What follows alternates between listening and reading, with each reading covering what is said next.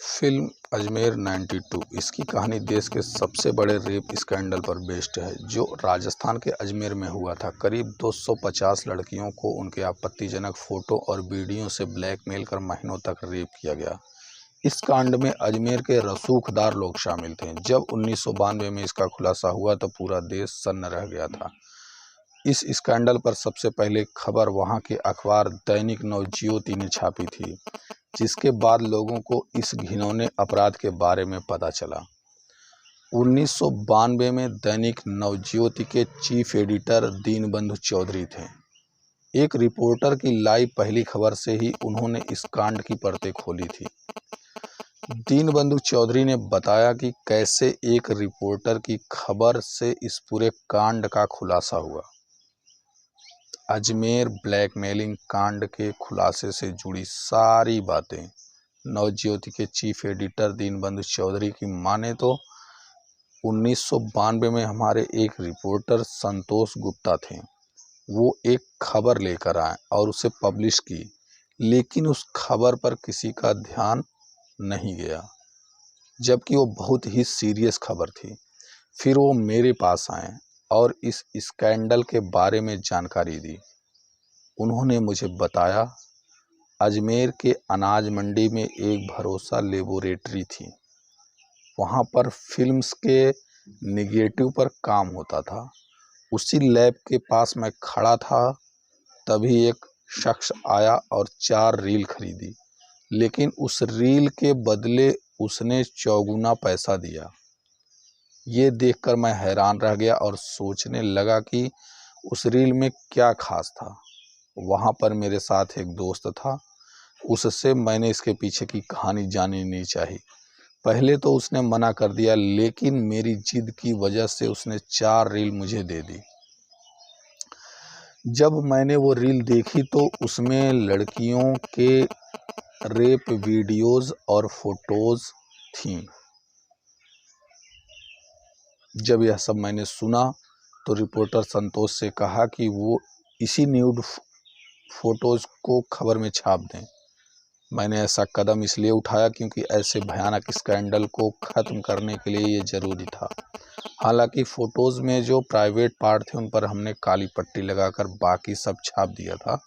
दूसरे दिन जब ये खबर लोगों के सामने आई तो ज़बरदस्त हल्ला मच गया।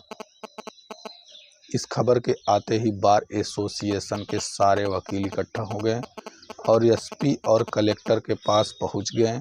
फिर उन्होंने इस केस में कार्रवाई की मांग की। उनके इस कदम से कानूनी कार्रवाई शुरू हुई। इस स्कैंडल की शुरुआत कहां से शुरू हुई? चौधरी कहते हैं, अजमेर में एक श्रीहरि रोड है, जहां पर कोई एक कॉलेज था। एक दिन उस नामी कॉलेज के बाहर से एक लड़की रोती हुई जा रही थी। तभी कुछ रसूखदार लड़के गाड़ी से कहीं जा रहे थे।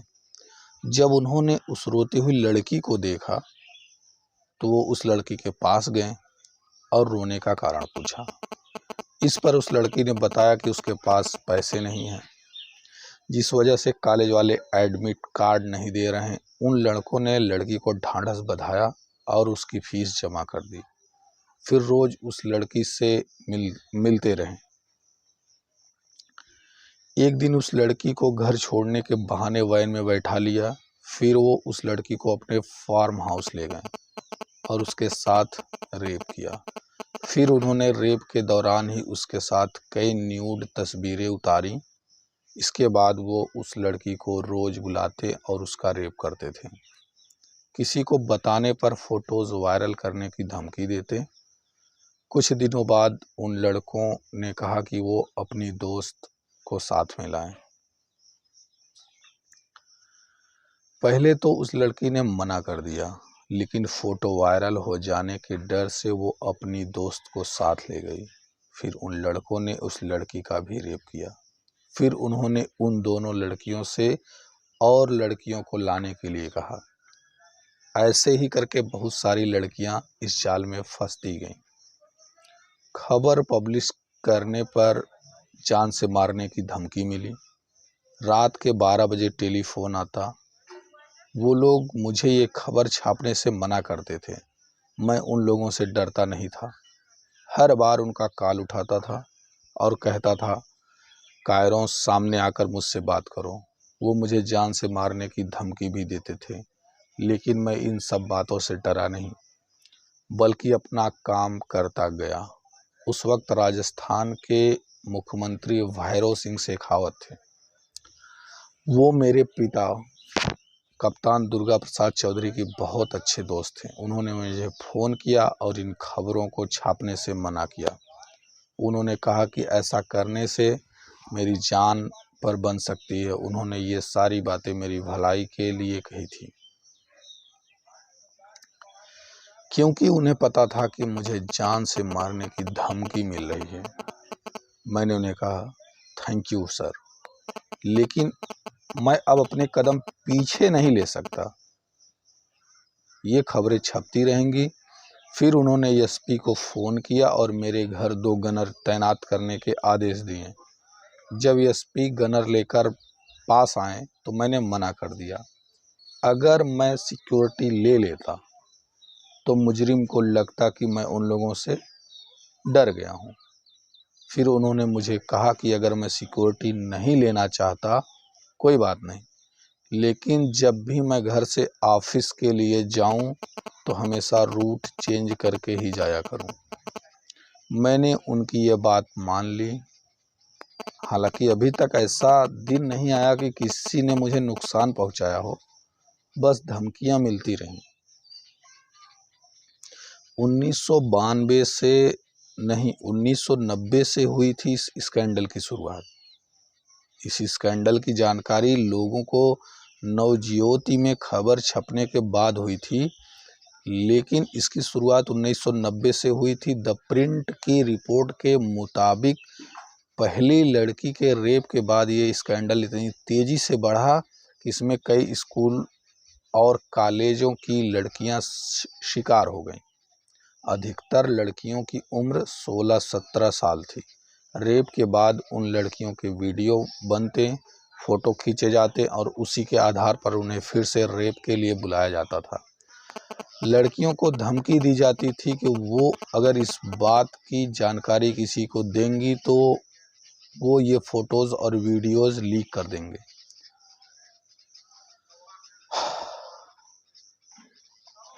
अब आप लोग जानिए कैसे फ़ोटोज़ और वीडियो के लीक होने का सिलसिला शुरू हुआ।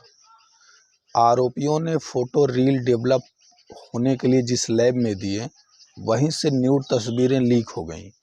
न्यूड तस्वीरें देख लैब के कर्मचारियों की नीयत बिगड़ गई। उन्हीं के माध्यम से बाज़ार में तस्वीरें आ गईं। मास्टर प्रिंट तो कुछ नहीं लोगों के पास थे, लेकिन इसकी कापियां शहर में सर्कुलेट होने लगीं।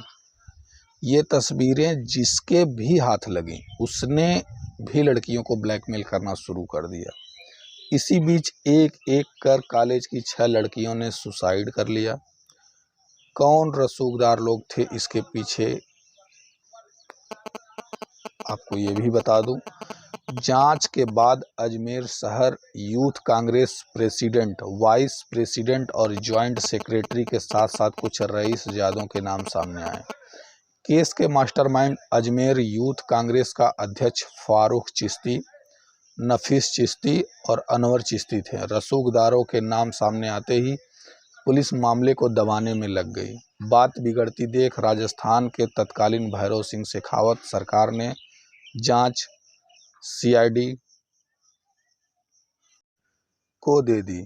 इस केस में कुल 18 लोगों पर आरोप लगे थे। 2 लड़कियों के बयान पर 11 की गिरफ्तारी हुई। इसमें कई लड़कियां थीं जो इस गलत काम के बाद ही खुद की पहचान छिपा कर रखना चाहती थीं। इसी वजह से कईयों ने अपने ठिकाने बदल लिए थे तो कईयों ने अपने नाम। कई लड़कियों के बारे में तो कोई जानकारी भी नहीं है, वो कहाँ गईं कुछ भी नहीं पता। पुलिस का उन लड़कियों को पूरा सपोर्ट था, फिर भी डर से कोई भी बयान देने को तैयार नहीं था। बाद में एक एनजीओ ने वायरल फोटोज़ के जरिए 30 लड़कियों की पहचान की।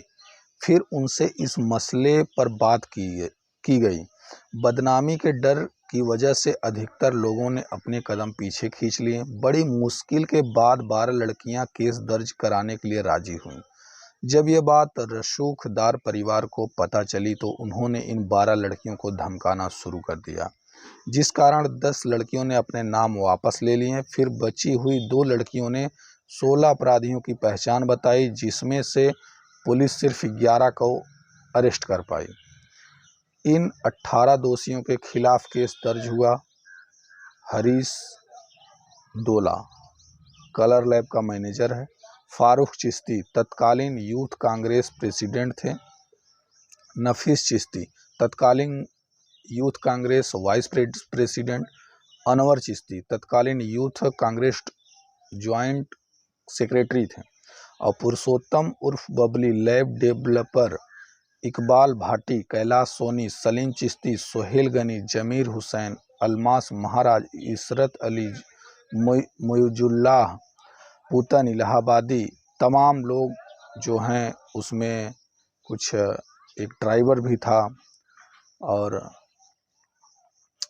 कोई बुरके में पकड़ा गया तो कोई विदेश भाग गया। सलीम चिश्ती को लगभग 20 साल बाद 2012 में बुरके में पकड़ा गया, बाद में वो बेल पर छूट गया। नफीस को लगभग 11 साल बाद 2003 में पकड़ा गया, बाद में वो भी बेल पर छूट कर आ गया। सोहेल गनी चिश्ती ने लगभग 26 साल बाद 15 दिसंबर 2018 को सरेंडर कर दिया, वो भी बेल पर छूट कर आ गया। जमीर हुसैन को एंटीसिपेटरी बेल मिल गई। इकबाल भाटी को लगभग 13 साल बाद 2015 में पकड़ा गया, फिर बेल पर छूट गया। इस मामले में एक आरोपी अलमास महाराज आज तक फरार है, उसके खिलाफ रेड कॉर्नर नोटिस जारी है। किस हाल में है आरोपी? इस केस के एक आरोपी पुरुषोत्तम उर्फ बबली ने जमानत पर बाहर आते ही सुसाइड कर लिया। नसीम उर्फ टार्जन अंतरिम जमानत मिलने के बाद फरार हो गया, बाद में 2010 में पुलिस के हत्थे चढ़ा। मुख्य आरोपी फारूक चिश्ती को सिजोफ्रेनिया नाम की बीमारी के बाद मानसिक रोगी घोषित कर दिया गया। हालांकि बाद में राजस्थान हाई कोर्ट ने फैसला दिया कि उसने पर्याप्त सजा काट ली, जिसके बाद उसे बरी कर दिया गया। फिलहाल वो अजमेर में है। फिल्म भी विवादों में। अजमेर 92 फिल्म इसी स्कैंडल पर आधारित है। मूवी को लेकर मुस्लिम समाज के प्रतिनिधियों और अजमेर शरीफ दरगाह कमेटी के पदाधिकारियों ने कड़ी आपत्ति जताई है। फिल्म के माध्यम से एक ही कम्युनिटी के लोगों को टारगेट करने का आरोप लगाया है। दरगाह कमेटी की ओर से चेतावनी भी दी गई है कि अजमेर शरीफ दरगाह और ख्वाजा मोइनुद्दीन चिश्ती की इमेज को नुकसान पहुंचाने की कोशिश की गई तो कानूनी कार्रवाई की जाएगी। साथ ही पूरे देश में शांतिपूर्ण विरोध करने की चेतावनी भी दी गई है। अजमेर 92 फिल्म को रिलीज करने से पहले दरगाह कमेटी को फिल्म दिखाने की मांग भी की गई है, जिससे कि विवाद खड़ा ना हो। तो ये था पूरा मामला अजमेर 92 फिल्म का। और आगे जो भी आएगा इस पे विवाद होता है कि नहीं, फिल्म रिलीज हो चुकी है, जैसा भी रहेगा हम आप लोगों को खबर करेंगे। हमारे साथ बने रहिए न्यूज़ ऑल एरिया चैनल पर। मैं मिथिलेश यादव, नमस्कार।